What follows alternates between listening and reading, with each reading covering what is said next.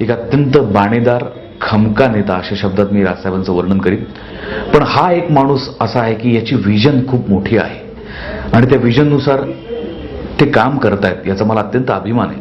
महाराष्ट्राचा विकास आराखडा, त्याची ब्ल्यूप्रिंट तयार करणं, मी स्वतः ती ब्ल्यूप्रिंट पाहिली. आपल्यापैकी किती जणांनी पाहिली मला माहीत नाही, पण पाहिली नसेल तर ती जरूर पाहायला हवी आपलं कर्तव्य म्हणून, की एका माणसाची महाराष्ट्राबद्दलची विजन काय असू शकते याचा आपल्याला त्वरित अंदाज येईल ती ब्ल्यूप्रिंट बघितल्यानंतर.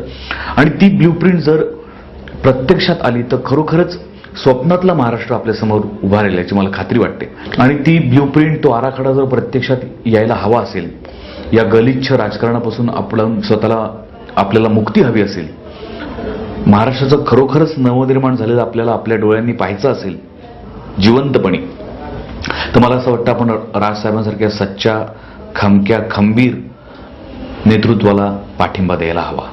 मला अत्यंत आदर असलेलं असं हे व्यक्तिमत्व माननीय राजसाहेब ठाकरे आणि महाराष्ट्र नवनिर्माण सेना आणि या पक्षातर्फे कल्याण डोंबिवली महानगरपालिकेकरता जे उमेदवार उभे आहेत त्यांना सुयश मिळो, घवघवीत मतांनी ते निवडून येऊ आणि महाराष्ट्र नवनिर्माण सेनेला प्रचंड यश मिळो कल्याण डोंबिवलीच्या या महानगरपालिकेच्या निवडणुकीत, अशी मी सदिच्छा व्यक्त करतो.